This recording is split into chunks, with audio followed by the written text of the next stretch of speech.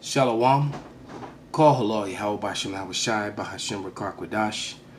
Double honors unto the apostles and the elders. Salutations to all my fellow laborers doing this work in truth and sincerity, risking their lives and their freedom to do so, now more so than ever. To the scattered elect that are scattered around the four corners of the earth, that be like unto the speckled bird, the Israelite foreigners. And to the Akwath that are listening and learning. To you I say Shalom. This is your brother Malcolm from the branch of the Great Millstone here in Chicago. And this is Jeremiah 15 and 14. And it reads, And I will make thee to pass with thy enemies into a land which thou knowest not, for a fire is kindled in my anger which shall burn upon you. This is Isaiah 17 and 4. And it reads, And thou even thyself shalt discontinue from thine heritage that I gave thee, and I will cause thee to serve thy enemies in the land which thou knowest not, for ye have kindled a fire in mine anger, which shall burn forever, which simply meant a very long time. This is a video referred to or called Life Aboard a Slave Ship History. All right. Mind you, this was done at the hands of Esau, Edom. Ishmael helped them, and so did Ham. Remember, the lie that has been taught in the United States food system, and even in the European food system, and some of them anyway, that so-called Negroes sold Negroes, or Africans sold Africans. That is a lie. Africans sold Israelites, a different race of melanated people. Just because you're both melanated does not make you the same. They are from a different bloodline, a different race of people, a different dark race of people. Israelites were sold into slavery by Hamites. Let's go to Deuteronomy 28 and 15. And it reads, But it shall come to pass, if thou wilt not hearken unto the voice of Yahweh thy power, to observe, to do all the commandments and his statutes which I command thee this day, that all these curses shall come upon thee and overtake thee. 12.5 million Africans were taken from their homeland and forcibly shipped across the Atlantic. Over 100 million died on the way, so their history is a little off. Over that 400 plus year period of slavery, over 100 million went into the water or died on the way. A journey that almost 2 million of them wouldn't survive. By the turn of the 18th century, European merchants were building vessels capable of transporting hundreds of slaves per journey. These ships had extra portholes for ventilation. Those ships were built by Ishmaelites, so-called Arabs, and the ships were owned by Jewish slave owners. The Jewish slave owners. Weapons mounted on deck in case of rebellion, and additional compartments added below deck to take on more human cargo. Before boarding the ships at African port cities, slaves were stripped of their clothing and remaining possessions, and had their heads completely shaved. During boarding, which could take weeks or even months, slaves lived on the deck of the ship. The heads were completely shaved, which is against our customs and our laws. They also, when they got here to the other side of the world, those that survived, they oiled them up in pig fat to shine them up and make them look healthy for the slave markets. Temporary wooden house constructed by the crew. The crew also installed netting around the deck of the ship, designed to catch slaves who might opt for death over forced servitude. Once moved below deck, slaves would find themselves stuffed into compartments with ceilings as low as 4.5 feet, where they would spend most of their voyage. They were segregated by gender and age. Adult men were kept separately and shackled in pairs. Women usually left unbound in their designated compartment, and children often free to move about the ship. There was no plumbing of any kind. Slaves were forced to relieve themselves where they sat, creating hellish conditions when combined with the heat and lack of ventilation below deck, which caused sickness and death. Disease was rampant. Measles, smallpox, influenza, scurvy, and dysentery. These were diseases that the Israelites had never faced before. The curses were fully upon us, because at the same time this was happening, the Northern Kingdom also was in slavery and had been shipped back and forth across the seas via Christopher Columbus and his men. Seville, Spain, became the reverse slave capital of the world. All right, as it says in Jeremiah 50 and 33, both Judah and Israel, Northern and Southern Kingdom, so-called Latinos and Native Americans, were in captivity together. All right, so this was a slave trade that was going on both ways, leaving the New World, going back to the Old World. All right, coming from Africa, also coming from Europe, because the inhabitants of Ireland, Scotland, and England, and all of Europe for that matter, Portugal and Spain, when it fell in 1492, those were Negroes. So some of the first slaves that came to the Americas were actually then, but they conveniently leave that out. But this whole prophecy ties into that, what they left out. Number one killer ravaged slaves and crew members alike. The slaves generally spent about 8 hours a day above deck, but were still separated by gender with a barricado, a reinforced wall that could be used to protect crew members in case of a revolt. Slaves were also subject to forced exercise, sometimes including dance and song for the entertainment of the crew. Disobedient slaves were tortured and beaten, usually whipped with the especially cruel cat-o'-nine-tails, a tool designed... Now they showed you a woman hung upside down. What do you think she did? She probably refused sex to one of these Edomites. All right? And to strip a man naked in front of other men is beyond degrading. As it says in Revelation 18 and 6, they have to pay double. To inflict maximum pain. Slaves who refused to eat their typical meal of rice and beans were forced to do so, sometimes with the speculum oris, a medieval tool used to pry open unwilling mouths. Women, while usually left unshackled, were raped and sexually abused by members of the crew. Deuteronomy 28 and 30. Thou shalt betroth a wife, and another man shall lie with her. Thou shalt build an house, and thou shalt not dwell therein. Thou shalt plant a vineyard, but thou shalt not gather the grapes thereof.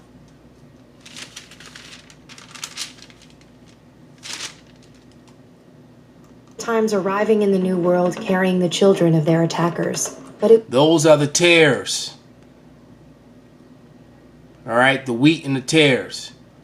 Because all those children, just because some of them came out brown skin or black, you know, for you dummies out there who still want to cleave unto that title, they were the seed of the enemy. So there are thousands, if not millions, of tares among so-called black people. Something that the black-only Israelites, with their ignorance, don't like to acknowledge or consider. Was the women, using their minuscule freedoms, would often coordinate mutinies against their captors. But these rebellions were rarely successful. There was a video that came out years ago, which they removed from the YouTube, where an 80-year-old man had bought his freedom and began to write memoirs of the things that took place on the ship. And the things that he wrote was that the majority of the women on the ships surrendered to and helped and aided in the oppression of their own people, of their men. And this old man in his 80s who had learned to read and write, as he began to talk and ask questions of other slaves that arrived before and after him, all the stories were the same. That the women willfully went to these men for favors. And so Esau, Edom, and Eve have been partners up until this very day. Even in the institutions, in the workplace, and the Esau will give loans and education opportunities to an Israelite woman, especially the Negro woman, you know, way before he would give any opportunities like that to a male. And that was done by design. And it started way back then. All right. Now, I'm not saying that every one of our women are that way, but the great majority of them are, far too many. And that's both Northern and Southern Kingdom. The true extent of the horrors of the Middle Passage came to light in a 1783 court trial over the slave ship Zong. The Zong left Africa in 1781 with 442 enslaved on board. After a 2-month journey riddled with navigation errors, 62 slaves and 7 crew members had perished without reaching their destination. This happened quite often. There was a movie about it, about a terror who basically her grandfather ran an insurance company, and it was about a law case, and she always couldn't figure out why she was a daughter in that family, why she didn't live out in the quarters with the slaves, even though she had brown skin like them, but yet she couldn't eat at the table with her own family. And she found out that her grandfather was proceeding over a case where exactly what you're about to see happened. And the company was trying to get insurance money for their cargo that they destroyed themselves because they had been caught smuggling slaves at a time when it had been outlawed. Disease was spreading throughout the ship, and fresh water was running dangerously low. Captain Luke Collingwood was afraid of the financial cost of more deaths. Slaves that died of disease were not covered by the ship's insurance, but slaves who drowned were. Some 133 slaves were thrown overboard. Collingwood claimed it was necessary to do so to halt the spread of disease. And so he drowned all these Israelites for profit. This is Deuteronomy 28:50. A nation of fierce countenance will show not regard of the person of old, or show favor to the young.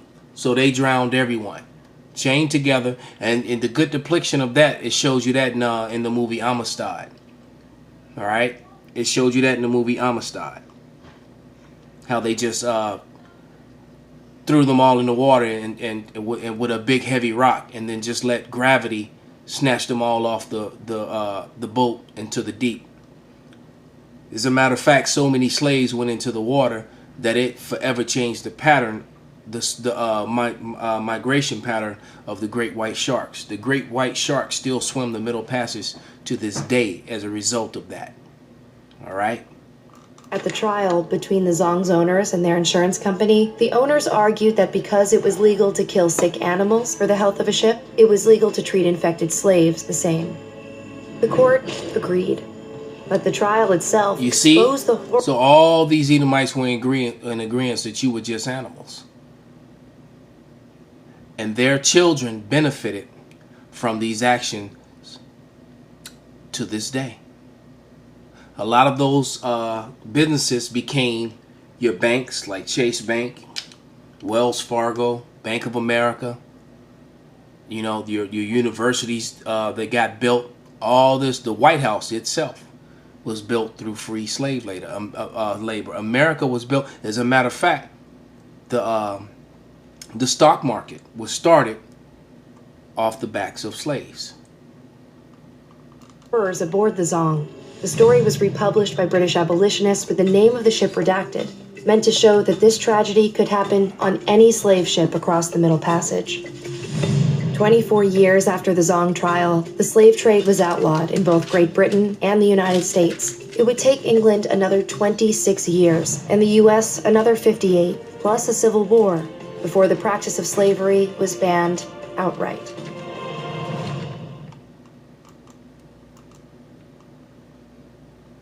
Let's run that back. Riddled with navigation errors. This is Deuteronomy 28 and 58. And Yahweh shall scatter thee among all people to one end of the earth, even unto the other. And there thou shalt serve other gods, which neither thou nor thy fathers have known, even of wood and stone. That's why you see those wooden carvings of the Edomite Cesare Borgia, falsely hung up as supposedly to be Yahushua, to be the Savior. And you see it in both wood and stone, amongst both the northern and southern kingdom.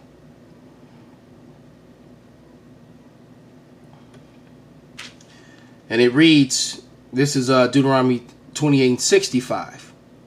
Among these nations thou shalt find no ease, neither shall the sole of thy foot have rest.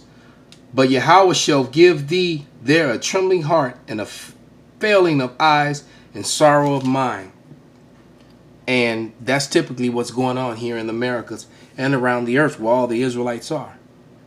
The living situations are bad. They're hunted and killed by the police from Brazil to Chicago, from Canada to London. It's the same story. Deuteronomy 28:68. And Yahweh shall bring thee into Egypt again with ships, by the way whereof I spake unto thee. Thou shalt see it no more again. The it is the land of Israel. And there ye shall be sold to your enemies as bondmen, as a slave man, and bondwomen, that's a slave woman. And no man shall buy thee, no man shall redeem thee, no one shall save you from this. So with that, I hope this was an edifying lesson. Call halal Yahweh Bashin Awashai Bashin Wakakwadash. Wa Abba Babal. Shalom.